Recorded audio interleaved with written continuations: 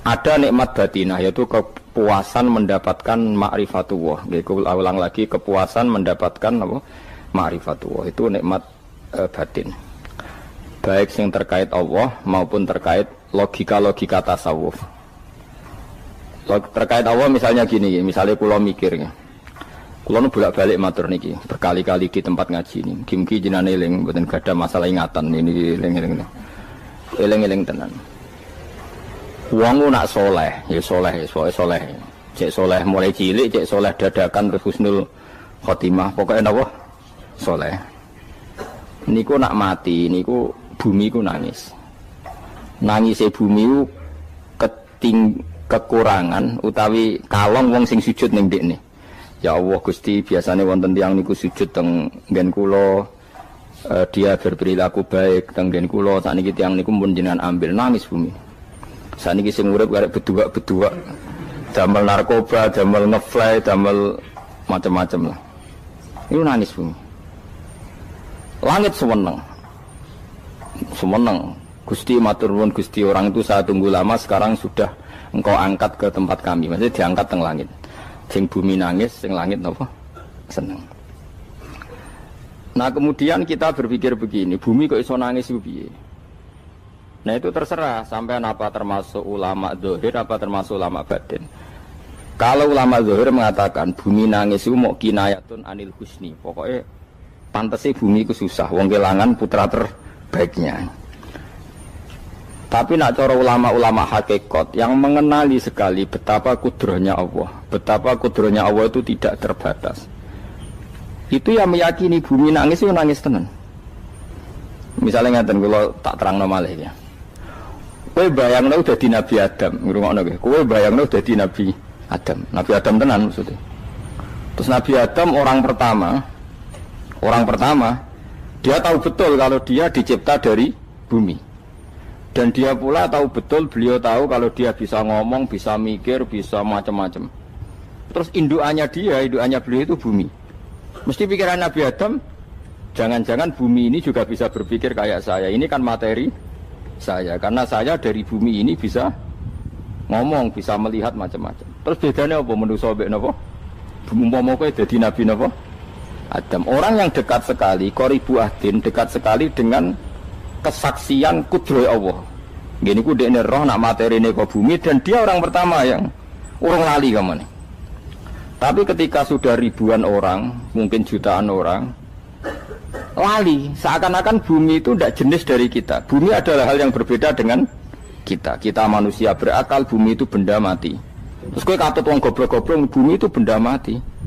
Sajane ya rada kriminal wong Islam muni bumi itu benda mati. Enggak bisa berpikir, yang bisa berpikir hanya manusia. Itu kengawuran-kengawuran yang kita ciptakan sendiri, kita wariskan turun-temurun. Umpama kowe iku dadi ulama, ngomong ngono iku isin. Bumi kok nyekseni kue sujud, banyu nyekseni mbok pangan, mbok ombe kanggo sujud. Semua itu bersaksi tentang kita. Ya, karena sama tanglet kula, cara melogika gimana? Begini, tak wari cara gampang-gampangan ya. Tak warai tauhid sing kasyaf. Tauhid ini yang dawuh Sayyidina Ali lau kusifal khota'u mastatu yakinan. Umpama somben tutup-tutup iku dibuka, akulah imanku ora tambah mbek pangeran. Karena tren dunia dan akhirat sama. Zaman yang dunia ya Allah ala kulli saing godin, kok zaman yang akhirat ya Allah ala kulli saing. Cara Sayyidina Ali, sampeyan aku wis matilah imanku ora tambah meskipun aku ora swarga neraka. Lah kena napa? Darah padha wae ning dunia ya pertunjukan kudratullah, ning akhirat ya pertunjukan kudratullah. Jadi pikirannya Sayyidina Ali seperti itu. Saya kan lahir misalnya tahun 1970. Berarti mulai Nabi Adam itu saya kan enggak ada. Ngerti-ngerti ada. Saya mengira waktu zaman tidak ada itu panjang apa cepat? Cepat, karena kita tidak melalui itu, ujuk-ujuk wujud. Kadang kalau mati ya wedi kan. Mau mati jebule kiamat 1 juta tahun kasih apa nang kuburan. Masuk di Khalillah itu. Makanya aku ya ora roh, tak tinggal turu sakmono kan yo nglilir. Nang nglilir terus nang ndi. Apa mlaku-mlaku nang donya, apa piye, nak turu ya kok ngani ngoyo turu kok ribuan tahun lintas. Terus ya apa jajal? Sampeyan tak takoki, misale sampeyan ning kuburan iku apa? Apa ngadepi muka nakir tukaran terus itu keselen tukaran kok nopo ratusan ribu mungkin. Nah terus kita dilatih. Kata Sayyidina Ali gampang latihan seperti kata Sayyidina Ali apa gampang udah jadi wong alim. Pada akhirnya kita ini aku zaman urip yo ora roh karepe, ngerti-ngerti urip, mati yo ora roh karepe. Pas mati sampean petangin dah yo ora roh karepe. Pokoke wa matar sauna illa ayyasyallah. Makanya masyhur itu dia ketemu orang ateis. Dia orang ateis itu anti Tuhan, anti Tuhan pokoknya. Dia ditanya, lalu kamu hidup itu karena siapa? Ya enggak tahu hidup. Lalu kamu mati yang menentukan siapa? Ya enggak tahu, kalau tahu mati. Ya berarti Anda enggak bisa menentukan diri kamu sendiri. Akhirnya dia taslim, ya ada yang menentukan. Lah ya ada yang menentukan itu dalam Islam disebut apa? Allah, disebut kalimatu haqqin alaiha nahya wa alaiha namut. Jadi kalau maknanya itu kalimat yang benar-benar nyata, yang karena kalimat itu pula kita mendapat kehidupan, yang karena kalimat itu pula kita mati, yang karena kalimat itu pula kita akan bangkit lagi. Itu yang makna hakikat. Tapi kalau makna syariat enggak begitu. Kalau makna syariat begini, dan ini benar juga. Mengenai kena ada di ulama, ciri utama ulama itu jami'ul bayan. Dia kalau menjelaskan itu indah sekali dan orang pasti taslim. Sama saya tak warai tenan. Sama kan biasa wiridan la ilaha illallah kan biasa, mulai mimpin tahlil sampai kepeksa mergo do tahlil melok, sampai sing darani bid'ah akhirnya ya melok tanggane napa? Tahlil. Sesuai wae. Kata Ibnul Qayyim Al-Jauziyah dalam kitab Zadul Ma'ad. Kitab Zadul Ma'ad itu kitab kesayangannya Sayyid Abdul Al-Haddad. Sayyid Abdul Al-Haddad itu pengarang kitab Zadul Ma'ad. Padahal kitab ini dikarang oleh muridnya Ibnu Taimiyah. Abdul Al-Haddad itu gak seneng Ibnu Taimiyah tapi seneng muridnya. Jadi di sini ulama ya demokratis. Gak seneng gurunya tapi seneng. Saja nih Ibnu Taimiyah itu orang baik. Ya ulama top ya baik, ya waras top. Tapi ngerti-ngerti Wahabi itu identik dengan Ibnu Taimiyah. Akhirnya ulama ahli sunnah penyebut itu terus isin.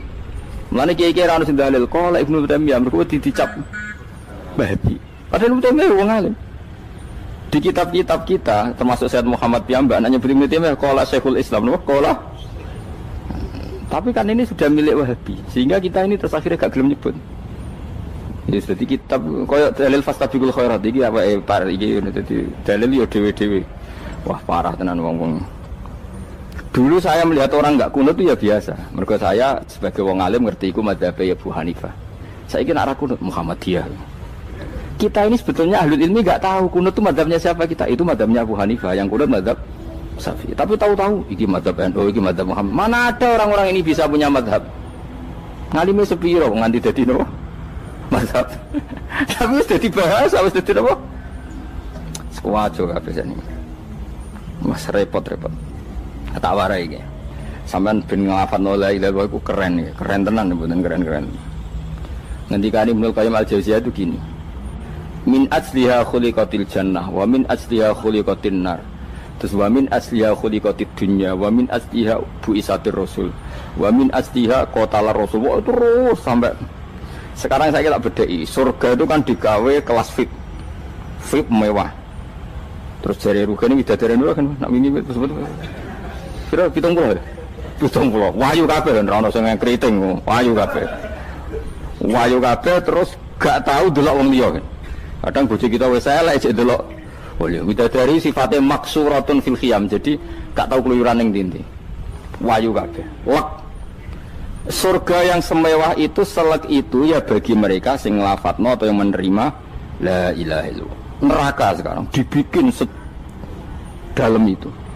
Jari Abu Hurairah neraka itu tes-tesane benda kamu jatuhkan ke neraka itu untuk santai ke bawah itu nunggu 70 tahun. Kila 70.000 tahun. Dikena HP membuat ceblok neraka itu cebloke ngenteni 70 tahun. Betapa dalamnya ngentekno bego piro ya bayang misalnya. Oh itu kontraktor mana saja tidak sanggup itu disuruh ngeduk kedalaman neraka. Iku ya mau kanggo wong sing menolak la ilaha illallah. Jadi kalimat ini luar biasa. Swarga digawe bagi yang nerima, neraka digawe ya untuk yang menolak. Iku kalimat sing kena tahlilan turu iku lho. Iku kalimat sing nggo alasan Allah gawe swarga. Terus kalimat sing suwe-suwe sing lafadzno diarani bid'ah iku. Itu kalimat sesakral ini nasibnya akhir zaman itu entek. Gara-gara dilafadzno tahlilan tersangka jadi apa? Beda. Dulu kalimat yang dipuja-puja penyebab surga dan neraka. Saiki kalimat itu tersangka. Mau perkara napa? Beda. Wis aja melok-melok, kowe debat ya ora iso makili aku, sebarno iso. Kok kowe terusno dalan tok. Dah. Berarti la ilaha illallah itu kalimat yang surga dibikin karena itu, neraka dibikin ya karena itu. Kemudian Allah punya sunnah, lalu butuh pelatihan. Dikasihlah Allah gawe bumi. Piye-piye manusia butuh latihan, dibikinlah bumi. Dan dia latihan ikrar la ilaha illallah dengan sadar, dibikinlah bumi, liyabluwakum terus dites. Wes digawe bumi, ono makanan, ono minuman, ono wong wayah, ono pegatan macam-macam, ono diutang wis mbulet macam-macam.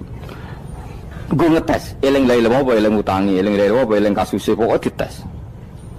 Karena nggak fair kalau Allah bikin itu kemudian nggak dites, dibikinlah darul imtihan.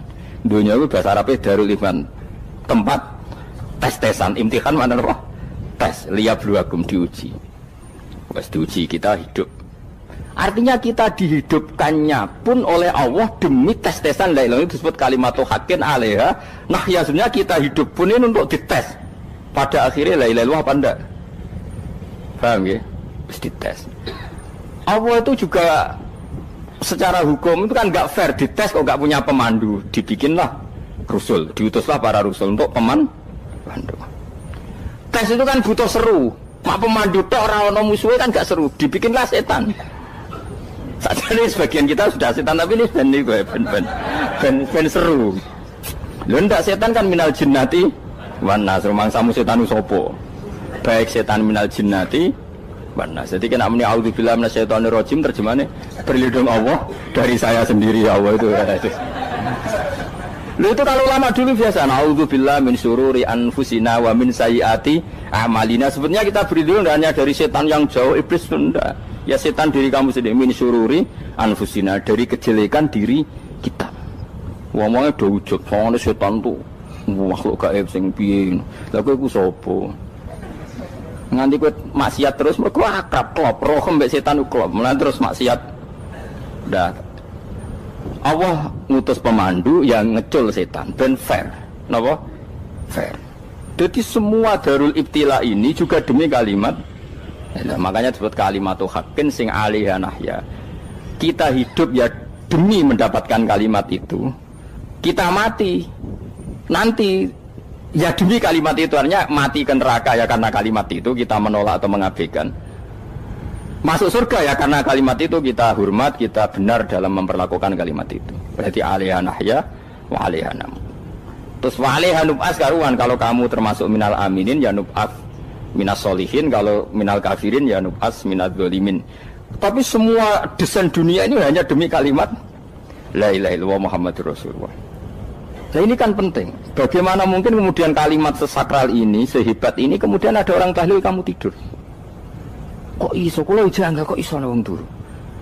Misalnya kayak mangkel, kalau mangkel sing mimpin Gus, wira barbar. Bagaimana mungkin kalimat yang menyelamatkan Anda kemudian Anda anggap problem?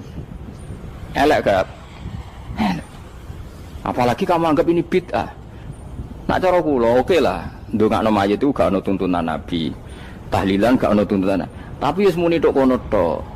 Artinya menduk kono tok ora usah nyerang kalimah, enak kalimah tetap kalimah thayyibah. Soal kowe ora seneng sing tahlil, mergo tiga profesi lah iku wonge wae gedhinge aja geman. Ya saya misalnya, saya kadang enggak cocok sama mubalek karena kadang profesi. Tapi saya tidak pernah anti pengajian, bagaimana itu membawa syiar Islam. Tapi kalau mubalek kadang ora seneng, kadang takok entuk piro. Bareng sangoni sithik, kok sumput mek transportasi ini. Lah ngono kok mbok senengi iku piye? Tapi kita terus gedeng keliru, itu sungguh syiar Islam. Mana ada pengajian didengar orang banyak tanpa mubalek? Gak iso. Ini iso melepukno barang-barang ra penting jadi penting iso. Lah cara guruku teng sareng, yang apa melepuk nganggo panggung barang perkara. Tapi kadang ya benar. Yang namanya mudin mubalek ya itu bisa benar bisa salah. Tapi kamu gak boleh gedeng kalimatnya. Pilih kalimat itu kalimat hak. Nah, ini penting kalau utarakan. Sehingga zaman Nabi Sugeng, ini rungokno tenan ngaji kula. Zaman Nabi Sugeng ada sahabat. Namanya itu Usamah bin Zaid. Ini sahabat kesayangannya Nabi, hibbu Rasulillah. Usamah itu diutus Nabi perang. Ini dengerin ya, diutus perang. Pas perang itu si kafir tadi menggal temannya. Ada yang tangannya putus, kakinya putus. Wah, seorang kafir ini sudah luar biasa. Bacok sana, bacok sini. Ketika terdesak oleh pasukan Usamah, kebetulan Usamah ini cakap ya, sama beberapa temannya orang Ansor. Orang kafir yang sudah kotoa arjulana wa kotoa aidiana, dia pas terdesak bilang la ilaha illallah. Terus sama Usamah tetap ditusuk, dibunuh karena dia berpikir ini qolaha muta'awwidzan, dia melafadzkan kalimat itu hanya berlindung dari pembunuhan. Setelah dilaporkan Nabi itu marah besar. Nabi ngendikan kaifa anta ya Usamah bila ilaha illallah idza ja'at bika yaumil qiyamah. Kowe nek ditakoki la ilaha illallah ku piye? Piye-piye wis ngomong la ilaha illallah, tapi sampai ngomong ngoten sakwise ngetoki tangan kula, maksudnya tangan kula tangan kelompok saya, kaki saya.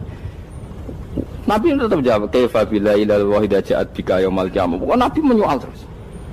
Sampai menjadi fatwa ijma'nya fuqaha, siapapun yang melafadzkan la ilaha illallah harus kita terima meskipun qolaha muta'awwidzan, meskipun saat melakukan hanya cara zahir berlindung dari kematian, sehingga kita terima. Orang kafir yang 80 tahun kafir melafadzkan la ilaha illallah 1 menit menjadi mukmin. Sampai ada ayat qulil ladzina kafaru iyantahu yufar lahum ma qad salam. Ini kalimat yang sakral, bahkan kafir yang 80 tahun saja menjadi mukmin hanya karena melafadzkan la ilaha. Mulane yang ngaji saya, yang seneng saya, jangan pernah kamu mengatakan ada bid'ah yang orang bisa jadi kafir. Bagaimana mungkin orang mukmin yang ke kuburan dan melafadzkan la ilaha illallah kamu katakan kafir? Padahal kalimat ini yang kafir 80 tahun saja menjadi mukmin. Saiki ana wong nglafadzno la ilaha illallah mergo salah tempat pinggir patok mbok arani kafir. Kok aneh. Wong sing kafir 80 tahun dadi mukmin iki gara-gara ngafalno la ilaha illallah dadi kafir. Mergo mau salah tempat ning pinggir apa? Patok. Mboten ora cocok muni nganggur, wong sering ziarah ku nganggur. Nyatane ya tenan. Cara dekne pegawai negeri ora sering ziarah. Nah iku tapi ora usah muni kafir, muni kafir gak mungkin lah. Coba kalimat ini itu orang kafir yang 80 tahun menjadi apa coba dengan melafadzkan kalimat ini? Mukmin kan? Berarti kalimat ini adalah kalimat penghilang kekafiran. Lalu karena dilafadzkan secara salah dianggap kafir. Hanya karena bid'ah itu tidak mungkin. Makanya sebetulnya Wahabi yang alim-alim itu tidak berpendapat demikian. Saya punya beberapa referensi Wahabi yang alim itu tidak pernah mengkafir-kafirkan orang karena perdebatannya seperti itu. Tapi saat ini wis kuwajo. Sebenarnya kalau orang alim itu ya mirip-mirip, entah Wahabi entah tidak mirip-mirip. Karena kalimat tadi. Wahabi itu kitab terbesarnya itu Ibnu Taimiyah. Ibnu Taimiyah itu punya murid Ibnu Qayyim Al-Jauziyah. Itu sampai sekarang saya lihat di fatwanya Ibnu Taimiyah itu begitu hormat sama orang-orang kita ini sama. Tapi tahu-tahu lewat penyaduran sana sini terus menjadi kacau. Jadi kalau balik ini malah sampai nak kepengen dua nikmat batinah seperti tadi yang saya utarakan. Swarga dicipta sedemikian mewah ya demi yang menerima la ilaha illallah. Terus neraka dibikin se ekstrim itu juga bagi yang nolak. Kemudian dibikin daru pelatihan yaitu dunia ya karena kalimat berarti kalimat itu luar biasa. Wa biha qamatis samawati wal ardu. Kalimat ini pulang menjadikan langit bumi berdiri. Lalu sekarang kita bisa ngomong, bisa berpikir, bisa ngadekno BPKB macam-macam. Itu karena kita sendiri apa karena kudratullah? Saya tanya. Karena kudratullah. Kalau karena kudratullah, apa susahnya Allah bikin kemampuan tanah ini nangis, tanah ini susah. Wong podo-podo kowe iso nangis, iso mikir ya mergo kudratullah, ndak karena kamu. Harusnya ya sama, bumi-bumi ini bisa menangis juga karena kudratullah. Makanya bumi ini menangis ketika enggak ada orang yang sujud. Iku ya mungkin. Wong zaman kowe iso nangis ya krana kudratullah, mestine bumi yang kamu katakan benda mati, hakikatnya dengan kudratullah juga sama dengan kita. Mulane tenggene kitab Al-Husunul Hamidiyah, kula ngrasa utang tenan mbek kitab. Dulu saya ngaji 2 tahun kitab Al-Husun. Kitabnya kecil tapi saya ngaji itu 2 tahun. Berkali-kali saya ulang.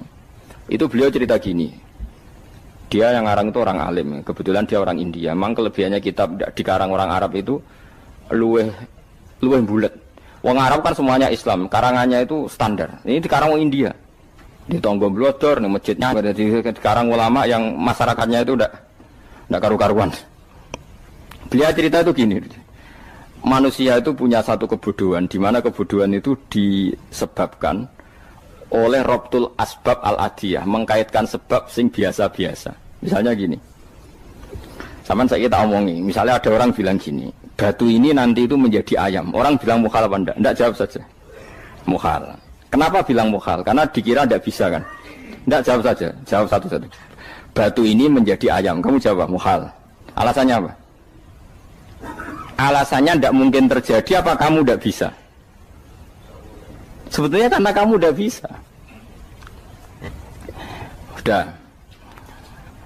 Lau ukhbiro dzakar rajul. Andai kan orang itu kamu kasih tahu, klungsu ini biji asem itu, biji pohon asem itu. Nanti yang kecil ini suatu saat besar. Setelah besar buahnya banyak, tambah besar, tambah besar.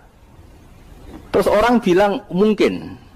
Ketika bilang mungkin itu karena dia bisa apa hanya karena menyaksikan berkali-kali ada kejadian nak klungsu ditandur, iku iso dadi gede. Coba sama jawab. Karena dia bisa apa karena hanya menyaksikan itu sering terjadi? Hanya misalnya. Artinya zaman dia mengatakan mungkin itu pun tidak memberi kontribusi ikut buat. Iya enggak? Tetap bergantung kudrahnya Allah. Dia hanya bilang mungkin karena sering melihat. Sebenarnya dia enggak sama sekali memberi kontribusi. Lah ya darani mungkin ya ora urun. Paham ya? Lalu kenapa dia kecangkeman terus muni wong wis mati dadi lemah gak mungkin dadi manusa meneh. Lho zaman dadi manusa sing wis ngene iki kok mani dene lara melo gawe.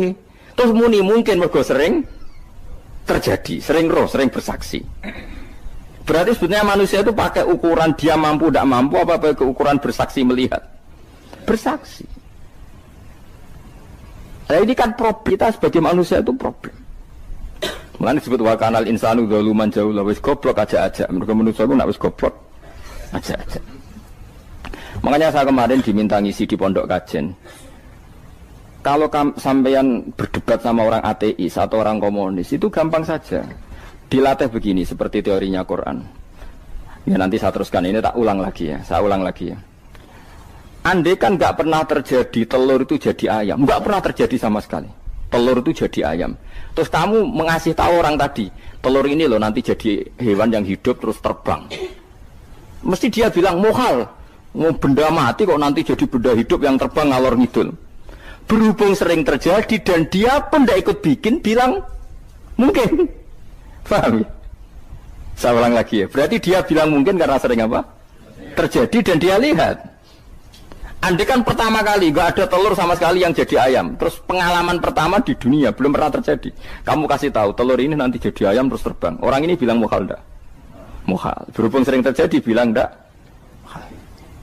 Nah berarti kita nanti bangkit dari kubur gampang saja bagi Allah. Cuma belum pernah terjadi kamu mengatakan mukhal.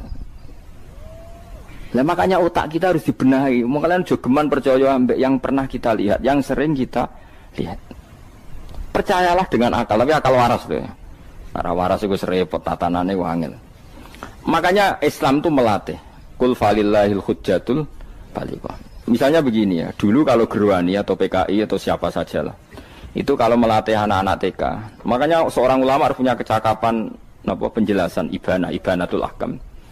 Itu anak-anak kecil dilatih. Anak-anak kamu terpejam, mintalah manisan sama Allah. Ya Allah saya minta manisan, saya minta permen. Terus disuruh buka, dapat enggak anak-anak? Enggak dapat bu, wah berarti Allah enggak ada. Sekarang minta sama bu guru. Bu guru kami minta permen dikasih. Berarti yang ada bu guru bukan Tuhan gitu. Akhirnya jadi gerakan ateisme. Nah sebetulnya untuk melawan gerakan itu kita harus melatih begini misalnya gini. Saya itu pernah ketemu sama orang yang berpikiran